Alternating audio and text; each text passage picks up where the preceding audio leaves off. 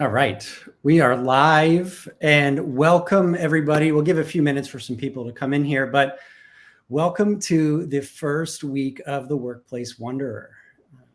I'm super excited. My partner, Amanda Marino with Next Level Recovery Associates, had this idea of why don't I do a LinkedIn Live each week and discuss more workplace related issues. And I was so excited when she brought that idea to me because she's been doing a LinkedIn Live for a while and interviewing people in the mental health field. And I was happy when she brought this idea to me. It was something that this is an area that I feel very passionate about. I feel it's very important to address a lot of these topics, specifically in the workplace. It still seems a little bit taboo, and we're seeing the workplace pretty much around the country and probably the world really lagging behind in terms of taking care of their employees and not very understanding or educated when it comes to the importance of creating a culture that caters to employees today and how much it really can benefit them and the productivity of the organization and everything. So I was really excited to jump on here. And as I was telling Ashley, which I'll introduce in a second here, as I was telling Ashley prior to us starting the stream, this topic is,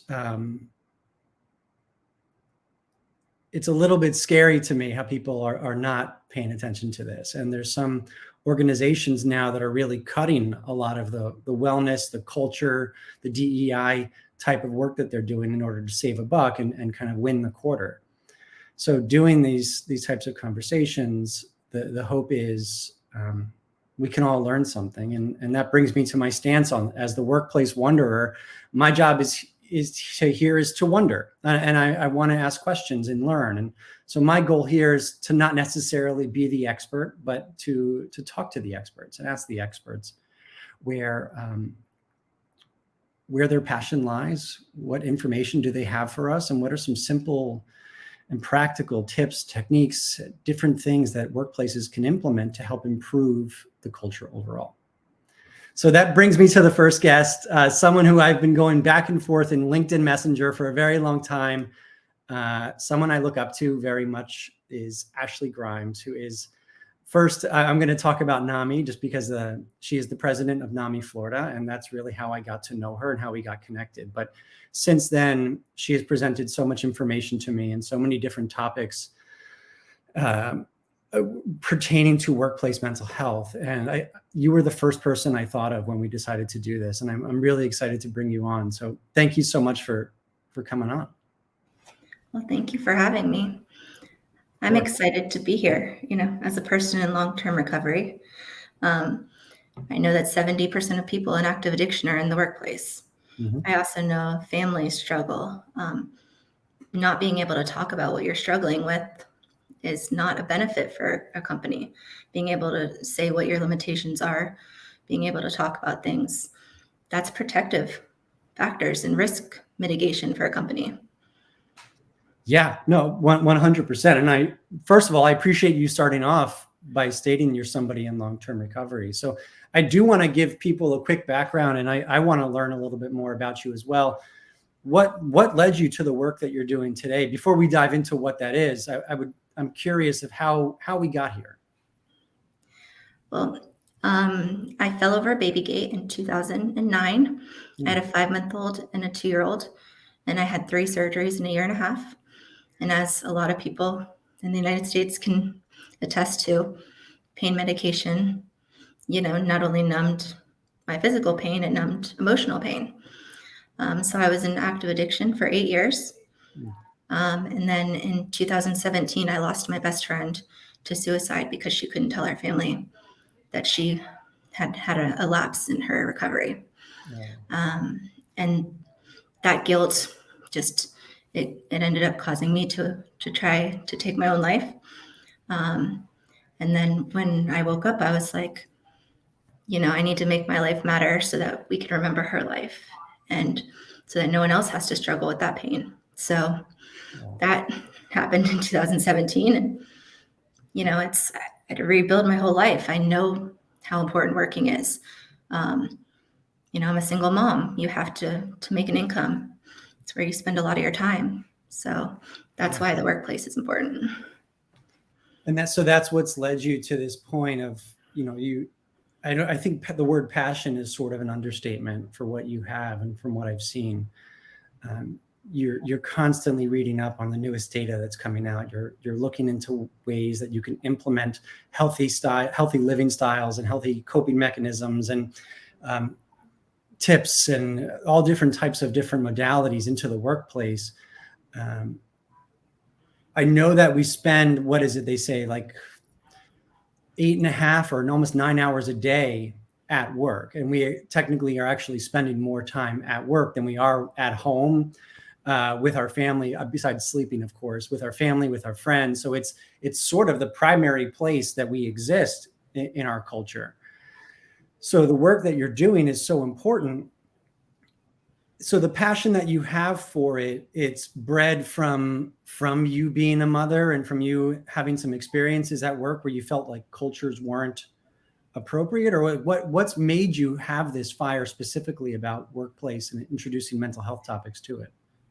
Well, I think that it's an area that's often ignored, and there's just so many people that you can reach from the workplace. If we really want to make a difference, then reaching where the people are at, especially before they get to extreme crisis like where I was at. So I was working the whole time I was in active addiction. If I was able to talk to somebody, in the workplace where I was at, maybe things would have been different. My friend was also working. If she had been able to talk to her workplace, maybe her situation would have been different. So I really think that, there's different populations that we talk about all the time, but the overall public and where people are at gets missed. Right. Why do you think it is that this topic gets ignored in the workplace? I think that people don't realize that everyone around them is also struggling.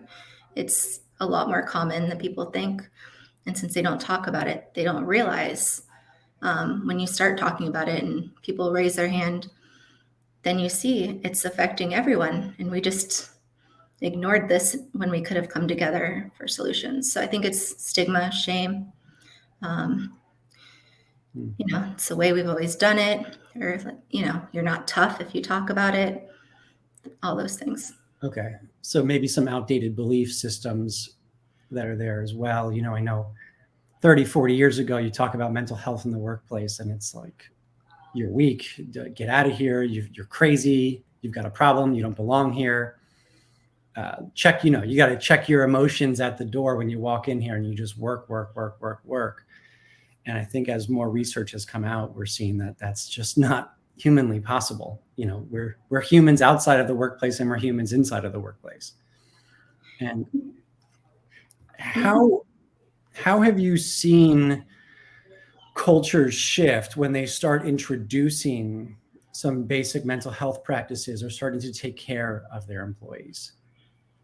I think it's a culture change. From what I've seen, I'm part of the community of practice for recovery-friendly workplaces.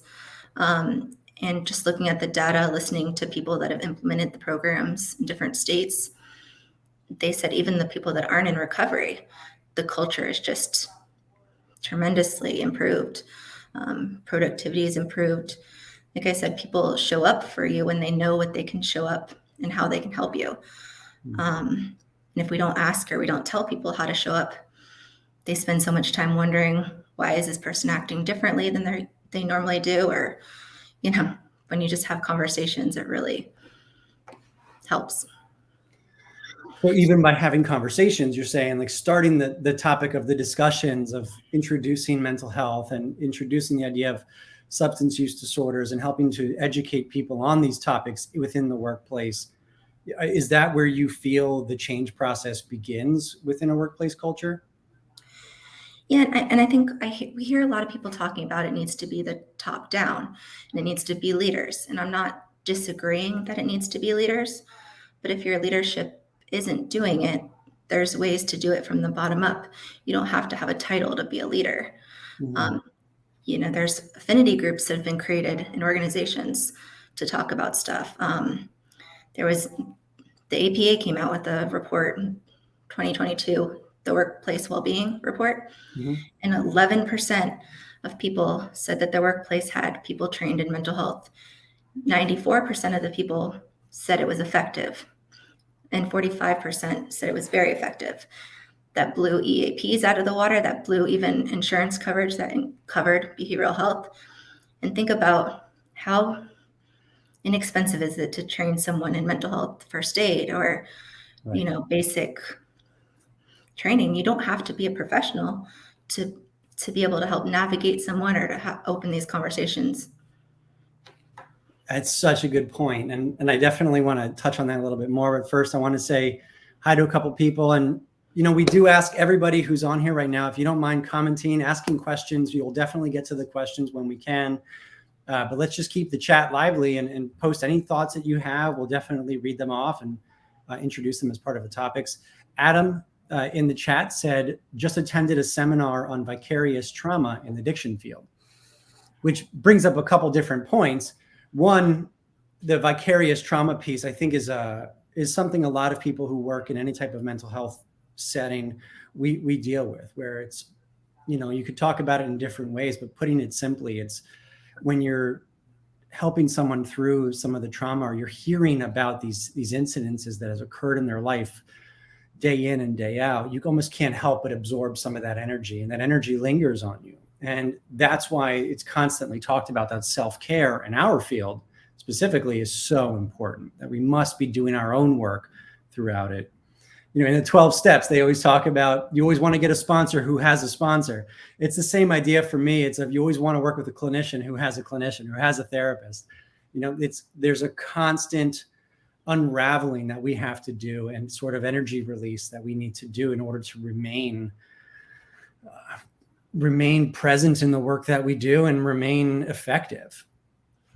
And I think people don't realize vicarious trauma can be from the news. It can be, we had a 12-step group in our area that had a domestic violence situation that went into their meeting, and it affected everybody. But then when they came and talked about it at meetings later, they're also giving that vicarious trauma.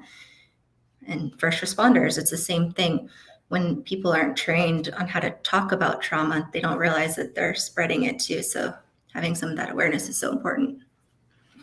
Well, and you think about vicarious trauma, and the greatest example we have is what we just all lived through, is the COVID-19 pandemic, all of the news that was coming out, all of the death that was around the world, people having issues with their jobs, with their home life. There was so much that happened as a result. We're going through sort of a financial crisis right now that's causing a lot of problems, and we're constantly hearing about it. And that energy really comes over to us, and we start to become like secondhand traumatized, essentially. And there's so much that we can go into with that piece. But I think specifically going back to the topic of this is that this is where I feel like employers and leaders are not recognizing, or sort of kind of have blinders on to say, like, okay, I know that we're all going through this. We're all going through this together, but my employees are still expected to produce at the amount that they're producing. They're supposed to be effective in their jobs. They're supposed to show up with a smile on every day, collaborate with everybody in here, communicate openly, do all of these things. And they're not really taking into account the humanity that each person walks into those walls with. And I think too that a lot of times with care, we do this cookie cutter thing where you need to do it this way. And, I know that you guys focus on, person-centered recovery and then recovery-oriented systems of care. It's the same thing with the workplace. Like, your workplace might be different than somebody else's. So what works in that workplace, addressing it might not be what works. I've talked to construction companies about doing axe throwing because it's different than maybe what teachers would do, but it gets out stress, it's team building. So I think, recognizing you have a different culture in your workplace and adapting is important. Right. And I think that's where hiring you almost need an outside professional to come in and to take a look at the organization and look at the changes that have to be made. And then it's almost like you start off with triage. What can be fixed immediately? What's going on right now culturally that's wrong, that needs to be fixed and changed immediately? Then what changes can be implemented or systems can be put into place long term so that we can maintain the culture and have a healthier culture. Let's use the word 20 times in one sentence, long term. And the benefits of that are enormous. So I'm wondering if you could maybe speak to some of the benefits of having this type of cultural shift, or what can employers and leaders expect if they do introduce this type of cultural shift? Well, the data shows improved productivity. It shows that people stay at their jobs longer because loyalty is really built on relationships. It's not built on data. Everyone thinks it's built on, a pay amount. And I mean, you have to have an amount to live. But once you get in that certain range, you stay where you feel loyalty, where you feel like you belong. And belonging is huge. And so many people do not feel like they belong in their organizations right now. Yeah. If you want people to come together in teams for different projects, you want productivity to increase, you have to make everyone feel like they belong. And that's a big benefit. And it speaks to the generational differences. I think part of what's going on now and what we're seeing is that a lot of organizations are still operating in a way that caters towards older generations. And they haven't really shifted towards what the newer generations require, which isn't necessarily the pay, which of course there are higher demands for pay nowadays. People are recognizing what they're worth more than ever, for the most part. I think some people are still asking for a little bit more than they need, but it happens. But what really is the most important, and all of the studies have shown this and the data proves this, that people really want to feel like they're contributing to something greater than themselves. They want to feel like they're building something in society that's making a difference. That's the most important piece. They want to feel a part of a team and of something bigger than themselves. And if everything is siloed in the workplace and it's like, you're just doing your little job and you're going to get paid for it, I'm going to work you to the bone, and you don't have to know what's going on over here, what we're working on big time, or the changes we're trying to make, there's no motivation to continue. And it really just ends up taking a toll on the person, stressing them out, burning them out. And I think the other thing too is that leaders don't see everything from where they're at, and other workers only show them some of. So when you incorporate everyone within the organization and you come together to create a culture where everyone belongs, your organization's stronger because you're hearing from all different parts of your organization, from the bottom all the way to your senior leadership that you might talk with all the time. But there's gaps that different people see because of their, specialized area. And when you bring everyone together, that strengthens organizations. It also prevents a lot of this stuff. If you think about what a suicide does to an organization, when you lose somebody that you care about, that affects your whole organization, whether you see it at that time. It could be months or even years down the road, but that's going to affect the organization. There's safety planning that can be done that prevents things. If you have an active shooter in your workplace, do you have a plan for mental health support for those people that were involved? Those are easy things to incorporate. They are. They just sort of seem to, especially when we referred to earlier, there's a bit of a financial crisis going on. Not a bit. There's a big financial crisis going on, and everyone's sort of preparing for this recession. And what's in response to that, what most organizations are doing is now cutting back. And I hate to say this, but the first place that they're cutting back is like the DEI teams, the wellness teams. HR is getting cut back. And it's the crucial teams are, not the crucial teams to the employee culture are being nixed to save a buck.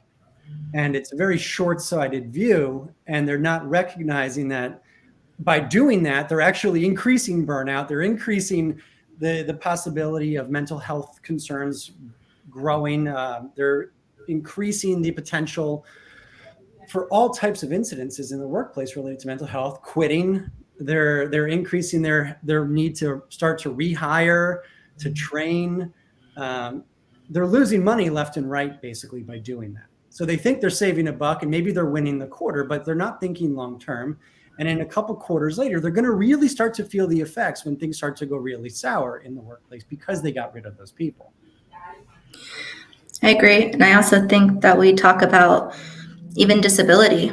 The number one disability in the United States is mental health conditions. It's related, so it includes mental health conditions and substance use disorder. So when we make a place where those people can thrive, we're saving taxpayers' money.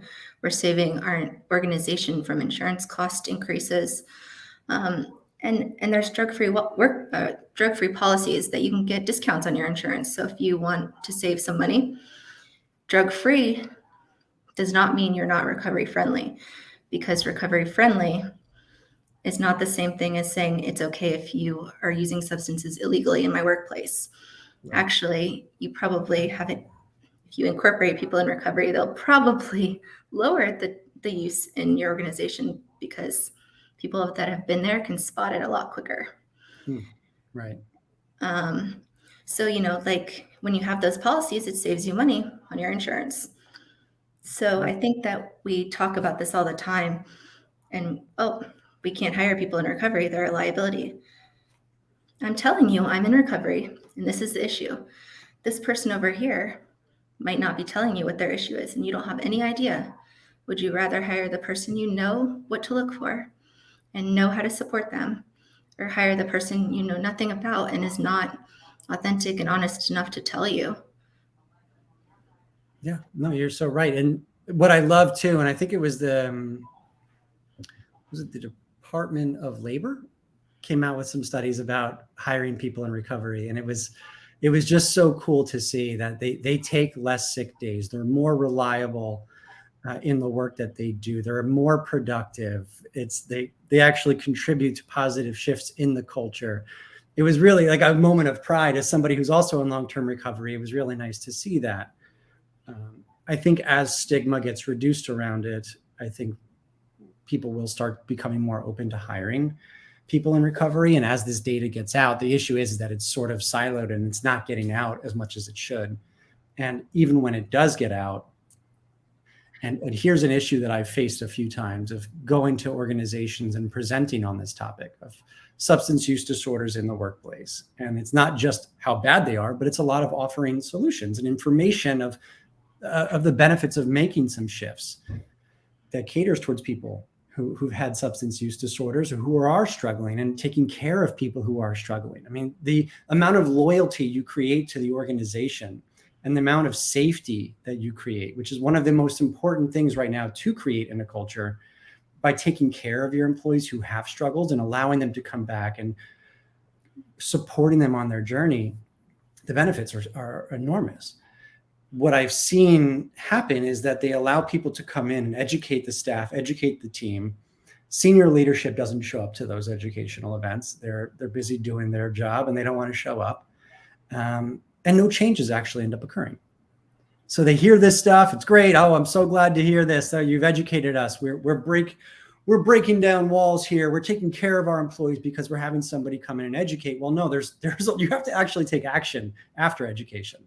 And that's where I'm seeing a lot of employers fall short. Yeah, and I think that maybe if they realized what they already had within the organizations. Right. Every organization has somebody in recovery. I can guarantee it. There's over 20 million of us in long-term recovery in the United States. That's like the population of Florida. Yeah. We're everywhere. It's just we're not telling you. So if you create a place where they can talk about it, and then you add in mental health conditions, 1 in 5 people struggle with a mental health condition. So that's, 1 in 3 families are affected by either substance use disorder or mental health conditions. So, I mean, when you add all these things together, it's everybody. Mm-hmm. So when you don't want solutions, but you already have this within your organization. So it doesn't make any sense. Yeah. And then also include in that, if you do have family members that are struggling too, the effects that that has on your productivity. I think there's like a 42% decrease in productivity if you have a loved one at home that's struggling. So there's so many different aspects of this that have to be addressed.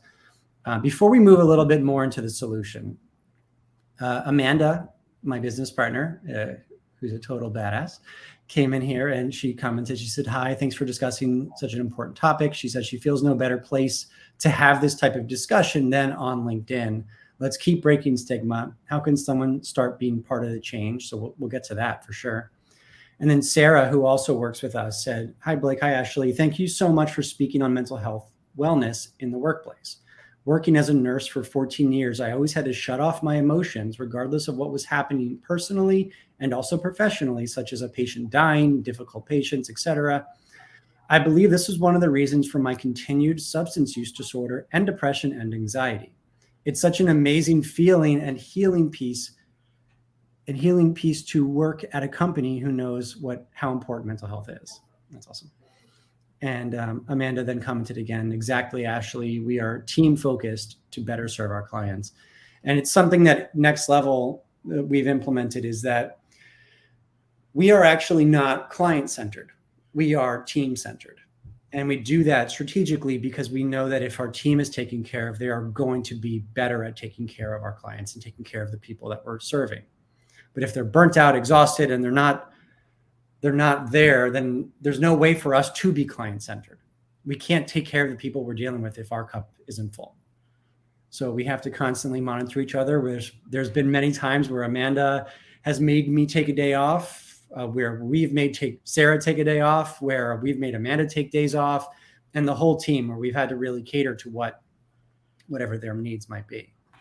And I think that's an important point that you just brought up. You don't always know when you're struggling. When you can open up and have a conversation with your team, and your team is trained to look for these things, they can protect you, which also protects the organization. And there's different industries. I mean, the rate for suicides in medical professionals is through the roof right now. It's, there's the safety issues in construction. Mm-hmm. There's more people dying of suicide and substance use disorder ramifications than the big four combined, which is what all the safety stuff focuses on. So if these issues are, creating bigger problems than what your safety plans are built around, maybe it's time to reassess. Yeah, I agree. I know my wife is a lawyer, for example, and I know lawyers are struggling with some of the highest rates of suicide, highest rates of depression, anxiety, substance use disorders. And I feel as if, I will say outside of her firm is great. And I'm sure there's plenty of other firms that are really great in this way. But for the most part, the law field almost seems like it's the furthest behind in terms of shifting cultures. It's almost like a good old boys club. And it's very, shut your mouth, do your work until you're the senior attorney, and it's sad to know that they haven't caught up with the times. Well, I think it's just that perfectionistic culture, and that, nobody messes up and you have to have this image. And, most people think people that struggle are homeless, and that's the narrative that's told. And that's not really the case. I mean, you're twice as likely to still suffer from a substance use disorder if you're a CEO of a company. The law field's huge for it. Same thing. So it's suicide rates correspond with income levels. Actually, the higher your income level, the greater your chance, to die by suicide. And substance use disorder, the higher achieving, the greater your chance. So maybe change the narrative. I think Biggie had it right. More money, more problems. And it's true. There's more pressure that comes along with a higher paying job. Has more pressure. There's more expectations of you, and it leads to a lot of other issues. So I do want to dive a little bit into some more of the solution. So what are some things? What are some mindset shifts that leaders can take within organizations that maybe they have some different viewpoints of how, if they brought in this idea of taking care of their employees' mental health or fixing the culture What are some mindset shifts that you think need to happen first? So let's start there, where maybe their thinking is off about this type of topic or what it means to introduce mental health, stuff that caters to employee mental health. Maybe how can we shift that, and what have you seen in the past, and what would you like their perspectives to be? I think the first thing is to talk to your people. Everyone assumes they know what the people within their organization want. And very rarely do I see people actually ask the people what they're struggling with or what they need. And 81% of people, say that they're going to be looking at mental health for their future jobs and careers. So that's something businesses really need to pay attention to. Ask your employees whether they would like to have somebody come in for lunch and learn and talk about mental health, or whether they would rather have a foosball table or whatever the case may be. Just, give them a say. Are you saying that a foosball table doesn't fix addiction? I'm confused. Well, I think that people learn a lot more, and there's relationships built in connection that you don't get from a foosball table. You might play with somebody here and there, but after that first week, that novelty wears off. So if you're going to invest the money into something for wellness anyway, why don't you invest in something that has a longer benefit? I mean, I've never heard of a foosball table that has a return on investment of $4 for every dollar. And that's the least amount actually that I've heard for a return on investment for mental health. So yeah, I think honestly, that's the biggest selling point for any organization. And that's another mindset shift right there, is that by adding more value to the employees in terms of mental health benefits and taking care of them, there's a 4x return on investment at a minimum, which is a huge ROI. That is enormous. So that needs to be considered all around. A 4x is not usually, that's a very hard ROI to achieve. So that has to be recognized first and foremost, I believe.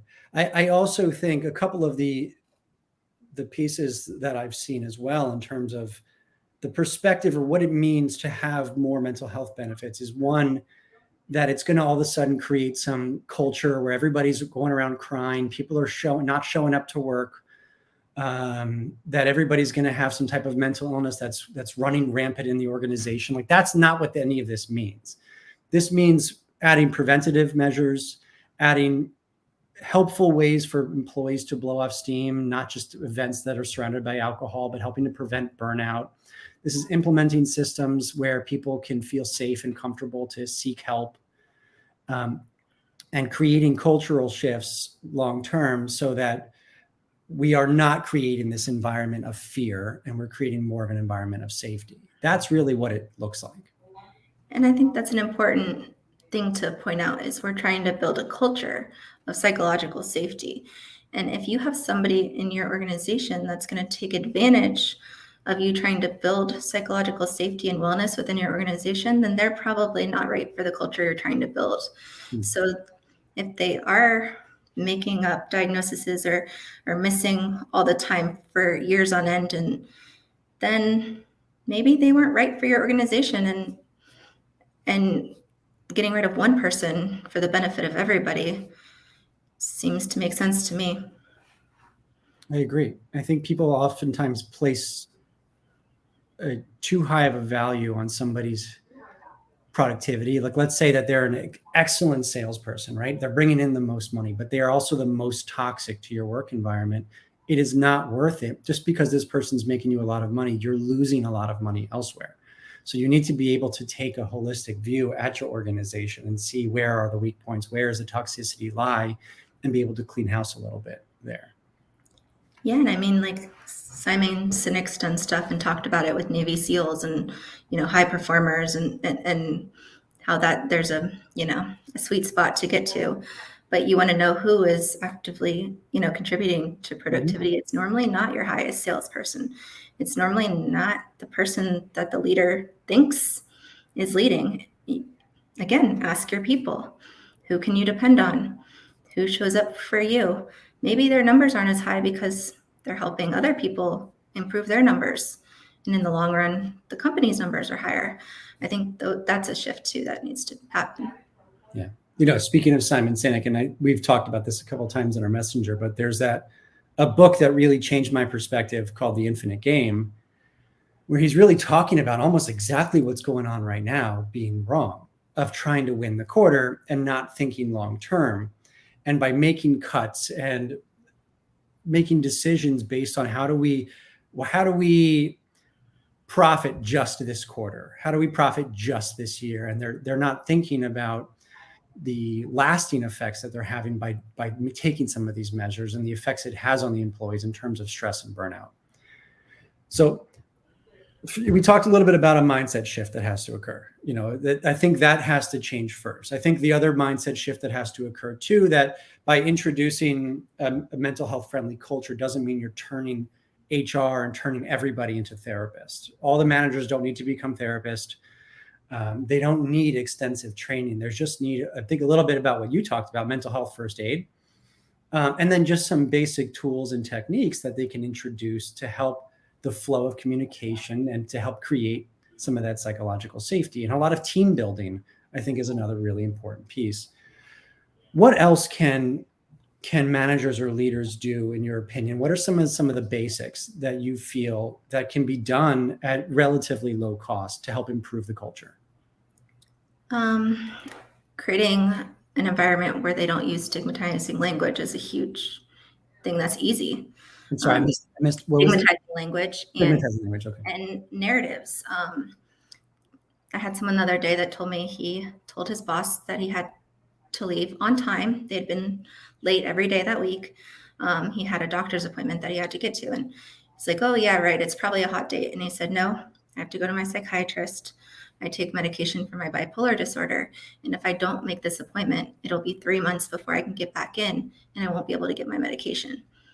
And his supervisor said, oh, so you're one of those crazy people that's going to come up and shoot the place up, and told everybody in his workplace that they needed to watch out, that he was one of those crazy people. So we really need to watch our jokes. I mean, that's not a joke, but I mean, even when we're laughing and joking and using some of these stigmatizing terms like crazy, and we really need to watch what we say. And that's lawsuit level right there. That's really bad. Wow. Talk about the damage, and also how that shuts him down from the future. He'll never want to admit to somebody else that he's got this issue and what he's actually going to get help for. He'd rather say he's going on a hot date and leaving early for it. And he's doing everything he needs to do. He's going and seeing his doctor. He's taking his medication. There was no reason for that.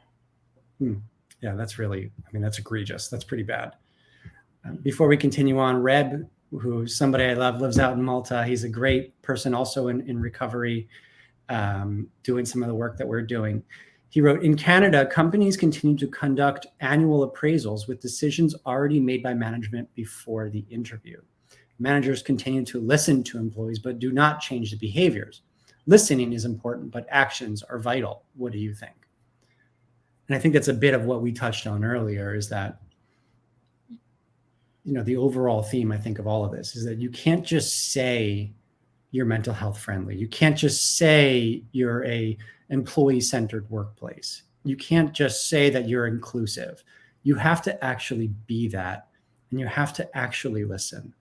And just because you put up a mask or build a house of cards, eventually that's going to come crumbling down, and you're not actually going to improve anything.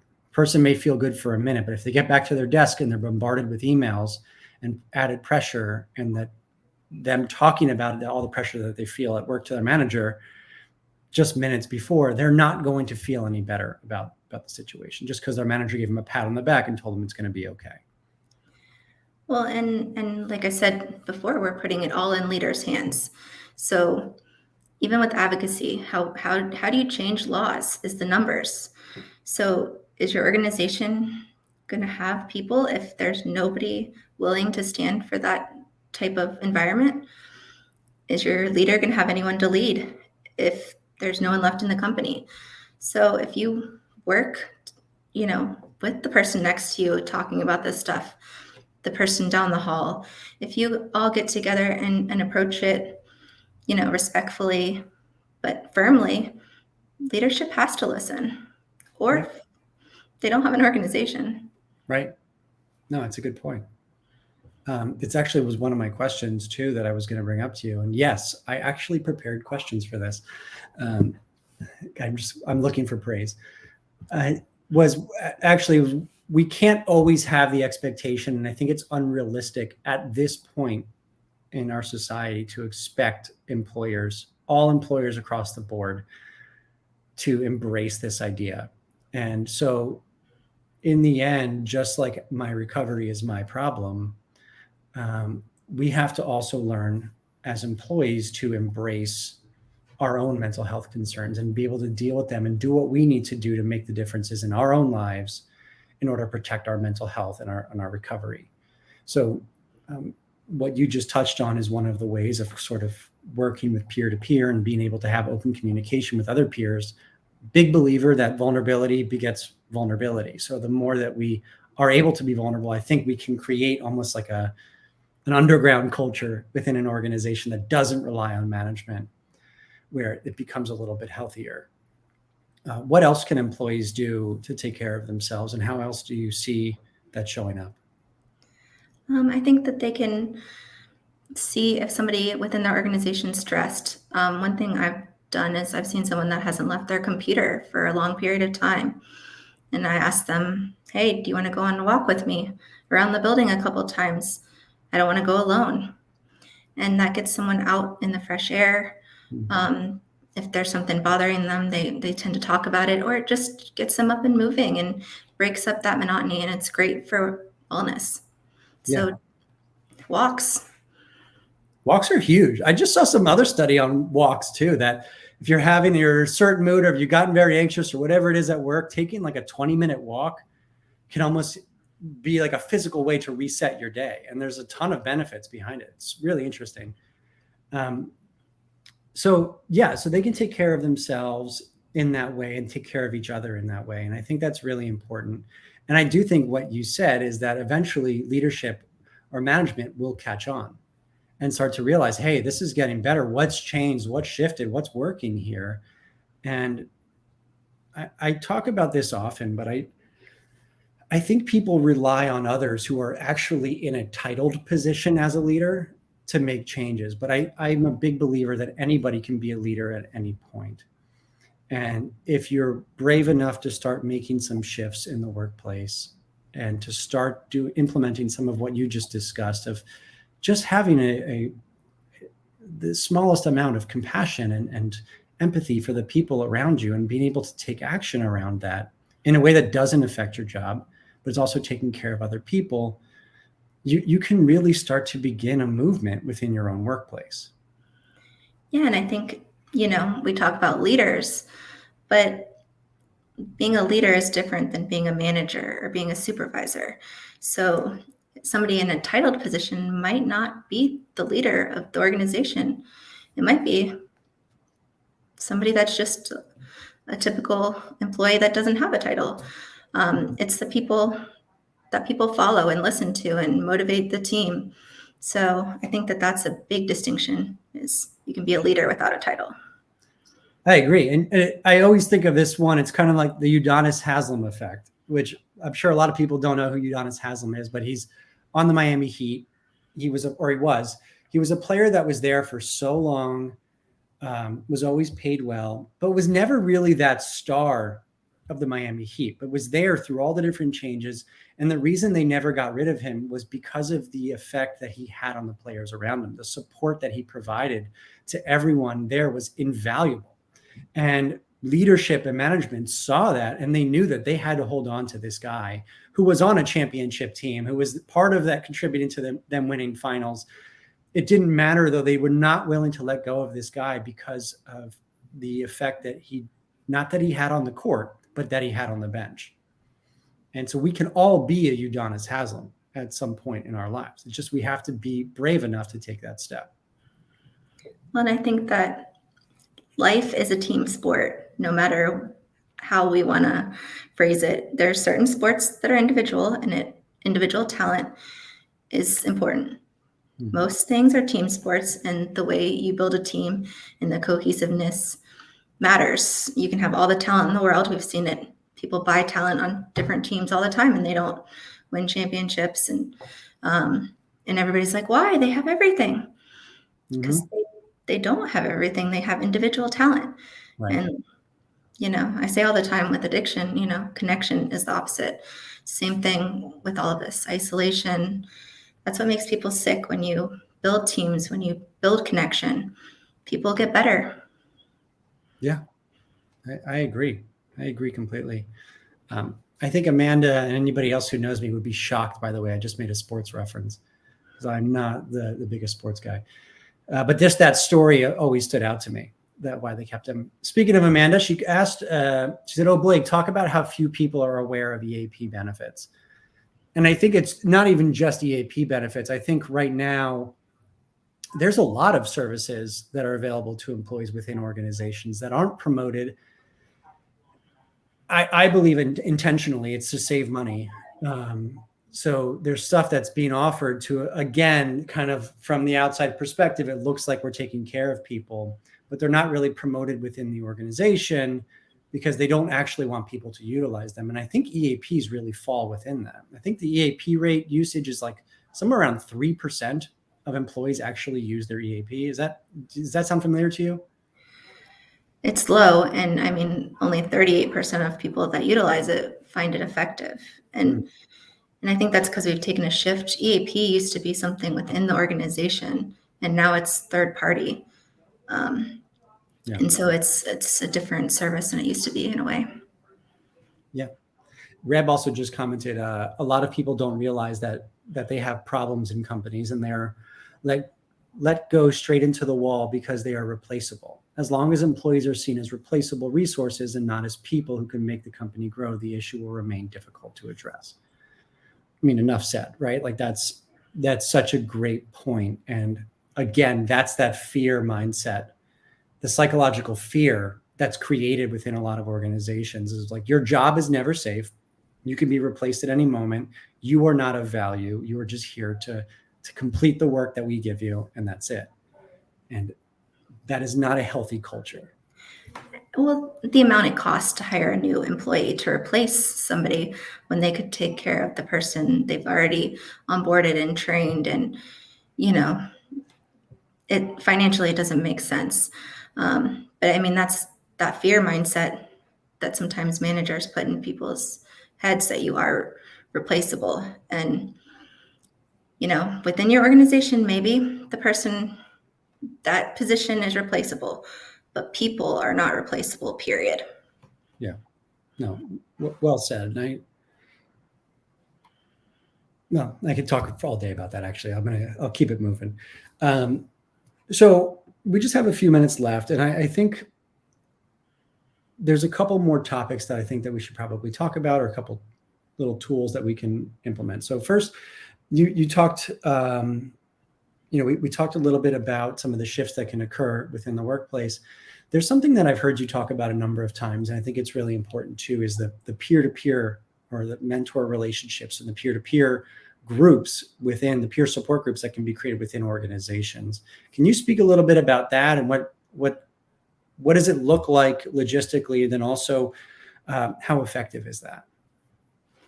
Well, so I'll use the example, construction is a huge hire, they hire second chance a lot of times. So, and a lot of times people transitioning out of prison or jail have a substance use or mental health condition. We know that that's the largest provider of those services.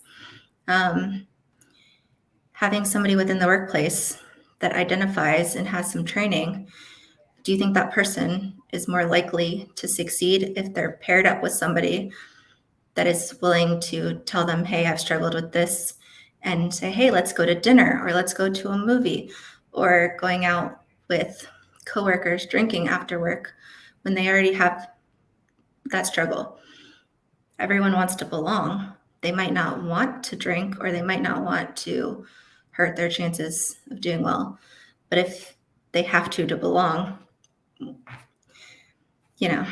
that, Well, So the idea is to have somebody, if you create internal networks or internal systems and maybe support groups, and allow it to be peer driven, is the idea, where it's a sort of a safe place where people can go and talk about some of the issues that they're having and like receive the support that from other peers within the work system.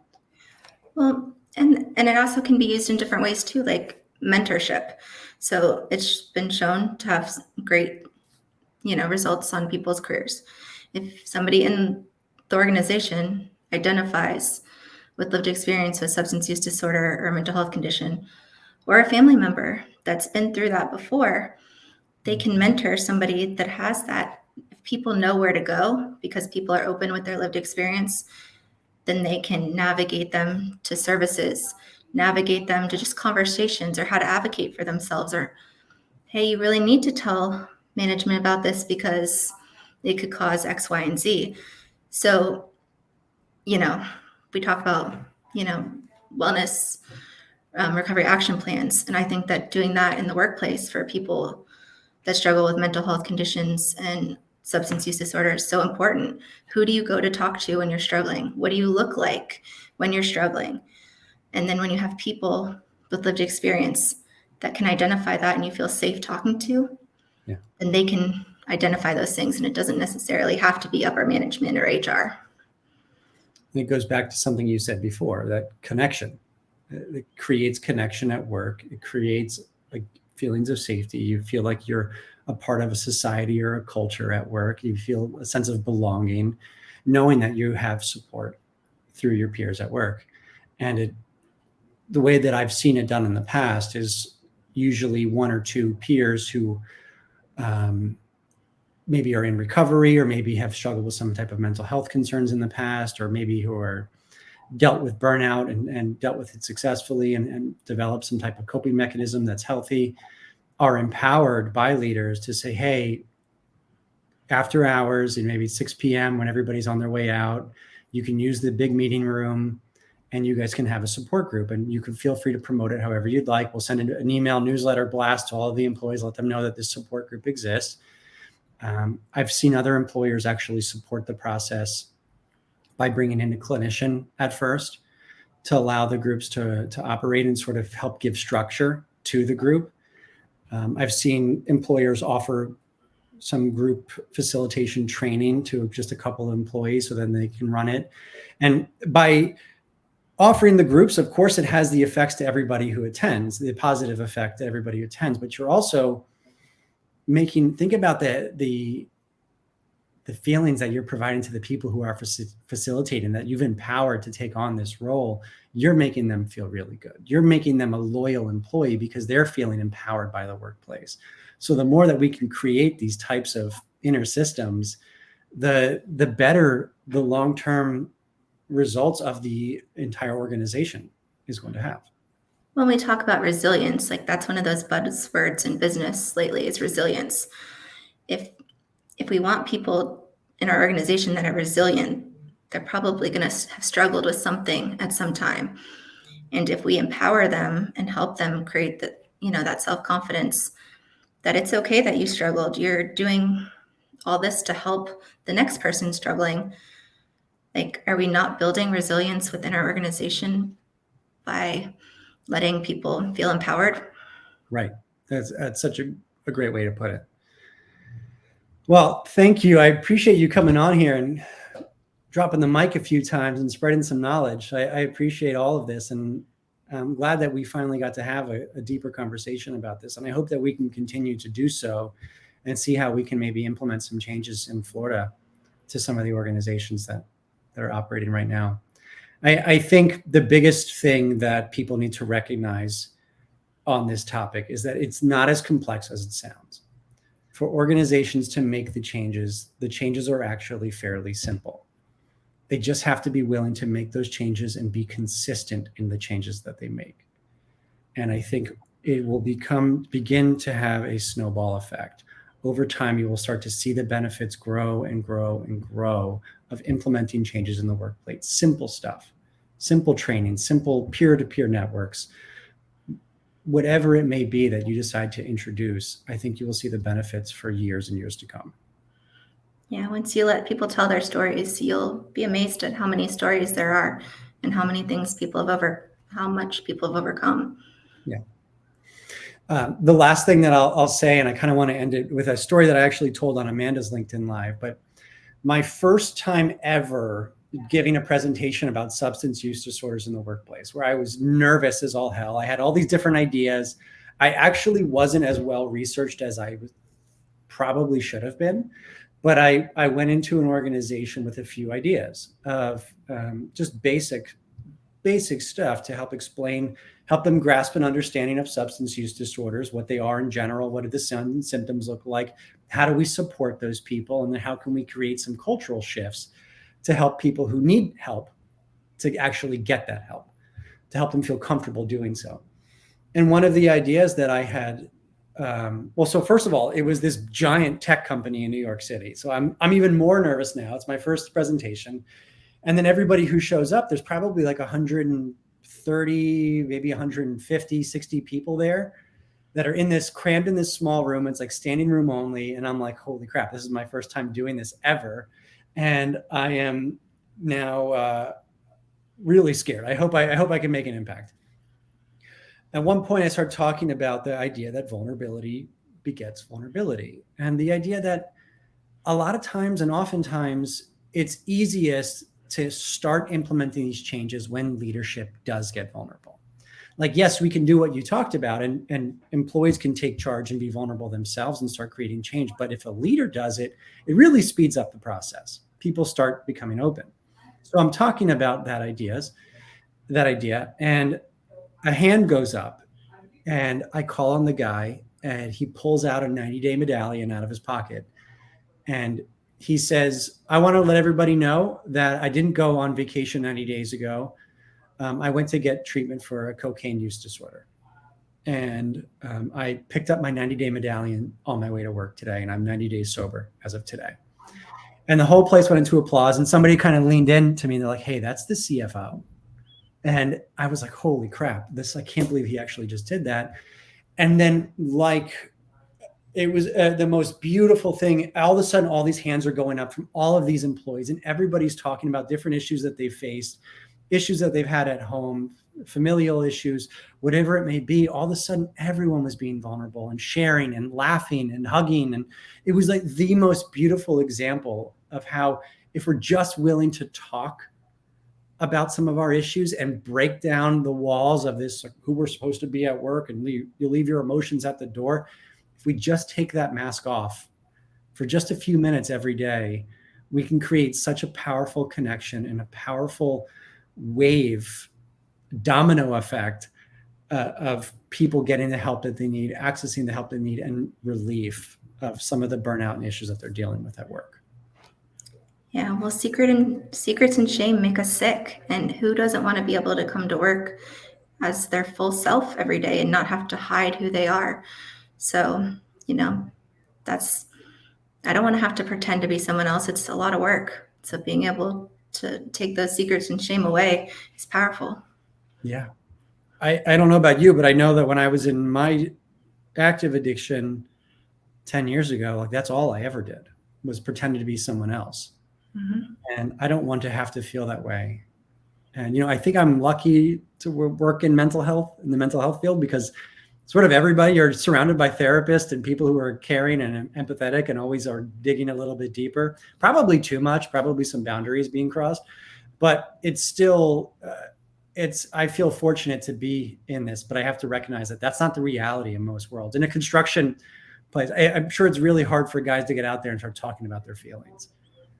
So we have to start creating that culture that allows for that in whatever way and however it looks for each type of organization and field that they're working in. Yeah, and celebrate the things that make us vulnerable. I mean, we celebrate dads and being a good father. Being a good father involves feelings and loving your child. So there's nothing wrong with love or not knowing what to do when your child's struggling. So I think embracing and celebrating, I don't want to celebrate when someone's family member is struggling, but celebrate you love your child and you're willing to ask for help for them. I think celebrating asking for help is the key there, right? It's giving somebody the response of love in return and compassion in return is how you celebrate that. And I think that is so powerful for people. If they know they're not afraid to ask for help at work, you're already starting to create that culture of safety, psychological safety that we talked about. So thank you again for coming on here. We do have one last thing that I decided that I want to do with everybody, is that I want to give you an opportunity to nominate somebody else to come be on the Workplace Wanderer show. And you can think about it, but I think I would love an opportunity for you to nominate somebody else that you think would be a good fit to have a discussion on topics like this that are related to the workplace. I know who I'm going to nominate. Do you want to say it out loud? Do you want to call them out? Cheryl. And I'll give you her information. You already have her information, but she would be great. Okay, cool. I'll reach out to her. Amazing. All right. Well, thank you again so much for taking time out of your day to do this with me. Thank you so much for doing this and raising awareness. I'm going to keep at it. Like all of us, we all got to work together. All right. I'll see you later. Bye, everyone.